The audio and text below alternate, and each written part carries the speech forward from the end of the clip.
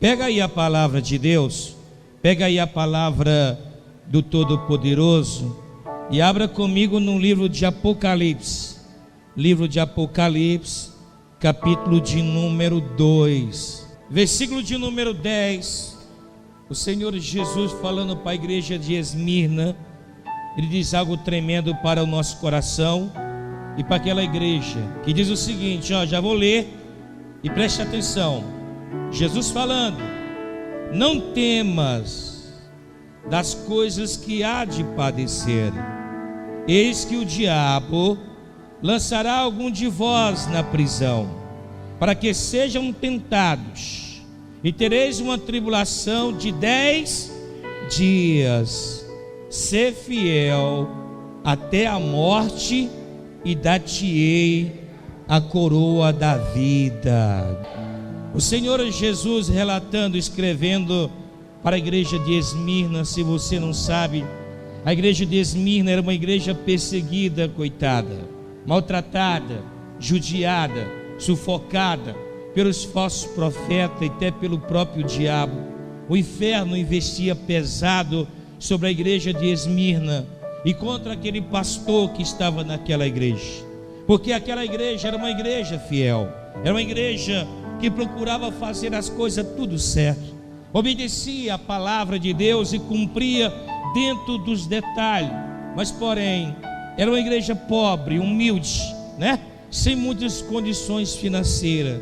E os inimigos, os falsos profetas, tirando proveito disto, tentava contra a igreja de Esmirna com toda a força. Não só os inimigos carnais, que eram os falsos profetas da época, como também os inimigos espirituais. Eles queriam, porqueria, de uma maneira ou de outra, fechar aquela igreja, acabar com aquele pastor, acabar com as ovelhas que estavam naquela igreja tão pequena, tão humilde, tão sincera e tão verdadeira. Mas infelizmente, os pequenos para viver no meio de gigantes é complicado. Os pequenos para se destacar no meio dos grandiosos que já vem há muito tempo, os falsos profetas, os judeus daquela época dominavam, e por isso aquela igreja sofria grandes ameaças. Se você não sabe, aquela igreja, sabe o que eles faziam? Os falsos profetas, a igreja, apesar de ser pobre, os irmãos eram tudo pobre, os judeus que até hoje são ricos, eles pegavam ali o irmão mais pobre daquela igreja e diziam: olha, eu te dou tantos em ouro, tantos, vamos botar na linguagem de hoje, eu te dou tantos reais, tantos R$1000, para você levantar uma fofoca dentro da igreja lá e acabar com aquela igreja. Olha, se você fizer isso, você vai sair da pobreza, a sua vida vai ser diferente, tudo vai mudar. Eu te dou tantos mil para você ir lá e inventar uma blasfêmia contra o pastor, levantar ali um problema e acabar com aquela igreja. E os irmãos eram tão fiel, tão verdadeiros, que eles não aceitavam. E os judeus voltavam para casa indignado, apavorado, fofocando, falando mal da igreja, querendo destruir, mas não conseguia, porque os judeus não sabiam que o Rei dos Reis estava por trás daquela igreja. A igreja de Esmirna foi aberta no meio de um povo rico, poderoso, onde era dominado pelos judeus e pelo capitalismo que vinha de barcos, trazia as grandes importações. Mas a igreja de Esmirna, os ricos não congregavam ali, porque os ricos adoravam os judeus, e os judeus dominavam aquela época, e ali não dava muito ouvido à voz do Senhor Jesus e nem a sua palavra. Mas a igreja de Esmirna, mesmo sendo pobre, ela venceu os obstáculos, as lutas e as perseguições. Todo dia tinha luta, tinha judeus se levantando, tinha falsos profetas se levantando, tinha povo tentando comprar os irmãos da igreja. Todo dia tinha batalha, contra aquela igreja, tentando fechar. E que muitas vezes o pastor daquela igreja, que a Bíblia não relata quem era, mas provavelmente foi Tiago, ele ia para casa chorando, clamando a Deus, pedindo ajuda para que aquela igreja não viesse cair, porque nem o que comer aquele pastor tinha para comer. E era uma luta infernal. Além de ser uma luta espiritual muito grande, tinha a luta dos homens tentando perseguir aquela igreja. Mas eles não desistiam, igreja. A luta deles não parava, mas eles não desistiam.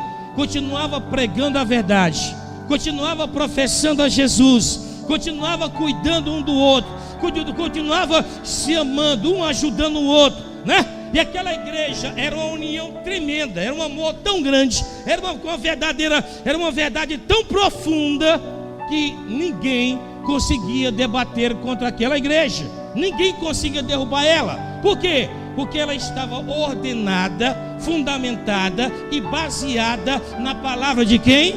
De Deus. E o Senhor Jesus era o pastor daquela igreja. Mas o pastor que estava na frente da igreja e os irmãos sofriam muitos, porque não tinha nenhum rico, todos eram pobres, e por isso era massacrado pelos falsos profetas e os judeus, que eram todos ricos daquela época, e inventavam blasfêmia, inventavam luta, e inventavam perseguição, e levantavam a mentira. Toda hora estava tentando destruir aquela igreja, para que ela viesse cair por terra. Até proposta para o pastor Tiago, deram proposta para ele, dizendo: olha, se você abrir mão dessa igreja, abrir em outro lugar, ou então parar de pregar sobre o Senhor Jesus, a gente vai te dar não sei quantos milhões em prata e ouro.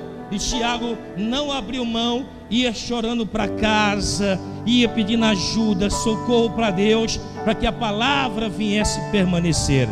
Pastor, não estou entendendo nada. A mesma coisa acontece conosco, igreja. A igreja de Cristo somos nós. Diga glória a Deus, somos nós. E você já viu como nós somos tentados? E você já viu como nós somos experimentados? Quando nós entregamos a nossa vida para Jesus e resolvemos andar no caminho da verdade, da pureza, da sinceridade e da humildade, o diabo fica louco. Ele se levanta contra a nossa vida com grande ira. Ele levanta família para falar mal da gente. Ele levanta amigo para perseguir a gente. Ele levanta pessoas dentro da igreja para fofocar e condenar e amaldiçoar a nossa vida. É ou não é? Se você parar para pensar e observar a tua caminhada cristã de lá até aqui, não tem sido fácil não, irmão. É complicado, é ou não é? É aperto, é estreito, é batalha, é luta, é dificuldade. E a gente vai lá, lutando todo santo dia, lutando toda hora, dia e noite, de honra em honra, em glória em glória. Mas nós não desistimos. Diga glória a Deus. Quantas vezes nós não já fomos para casa desacreditado, detonado, destruído, com vontade de parar e desistir. Mas quando nós chegamos em casa de noite, arrebentados, destruídos, começamos a orar e falar com Deus, não é? E quando amanhece o dia, lá está nós acreditando, lá está nós ainda no caminho, e nós não desistimos, nós não paramos. E tem irmão que enfrenta batalhas maiores do que outro, tem irmão que tem lutas maiores do que outros, e eles vencem, eles chegam lá, eles têm testemunho para contar. Mas espera aí, por que esse irmão já não morreu? Já sofreu acidente, assalto, desastre, já sofreu ataque, enfermidade, todo tipo de luta. O inferno tem se levantado contra esse irmão. E por que ele não cai, pastor? Porque tem alguém muito forte com ele. Tem alguém lá no céu que tem um nome acima de todos os nomes, chamado Jesus Cristo de Nazaré. Aquele que era, que é e que sempre será, o Todo-Poderoso, o leão da tribo de Judá, está com ele. E olha, quando a luta vem para nos destruir. Quando a tentação vem, ela vem para nos parar. E por que não nos para? E porque não nos destrói, pastor? Porque essas lutas espirituais, quando ela vem, não é nós que lutamos. Quem luta por nós é o Senhor dos Exércitos, o Todo-Poderoso. O diabo não vai vencer aquele que serve ao Senhor Jesus. E olha, no meio de tanta luta, no meio de tanto apertos, no meio de tantas necessidades, no meio de tanto sofrimento, muitos desprezados, não é? muitos abandonados, esquecidos, cuspidos, rejeitados pelo esse mundão, por família, por amigos, não é? Mal interpretados. Olha, muitos enfrentam batalhas gigantescas, mas eu tenho um recado para você. Não importa quem você seja, não importa o teu tipo de luta, não existe lutas grandes suficientes que Deus não possa vencer. Olha, Deus é o Deus do impossível. Nós somos pessoas do possível, tá? Do possível. O que é possível nós podemos resolver, mas o que é impossível só Deus pode resolver. Então tem um recado de Deus para você: não se preocupe quando vier lutas grandes que você sabe que não pode vencer. Não se preocupe quando a batalha se levantar querendo parar você de maneira tão extraordinária que você procura uma saída e não tem. Não perca o controle, a capacidade mental de crer, de acreditar em Deus. Quando as batalhas se levantar, a luta vier quente e o diabo não der trégua, e você se achar acuado e não saber mais o que fazer, nesta hora só resta você acreditar. Feche teus olhos, levante a mão para o céu e peça socorro ao Todo-Poderoso.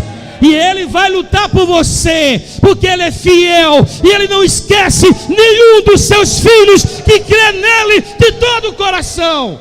Ele não esquece, igreja. O herói daquela igreja não era o pastor, o herói daquela igreja não eram os obreiros, o herói daquela igreja não eram os levitas, era o Senhor Jesus que estava por trás dela.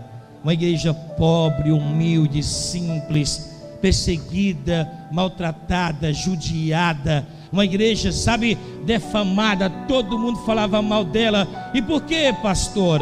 Porque a igreja amava a verdade e ganhava os pobres para Jesus, cuidava das prostitutas, das viúvas, lutava a causa deles sem ter nada, nenhuma ajuda financeira para que viesse se manter em pé.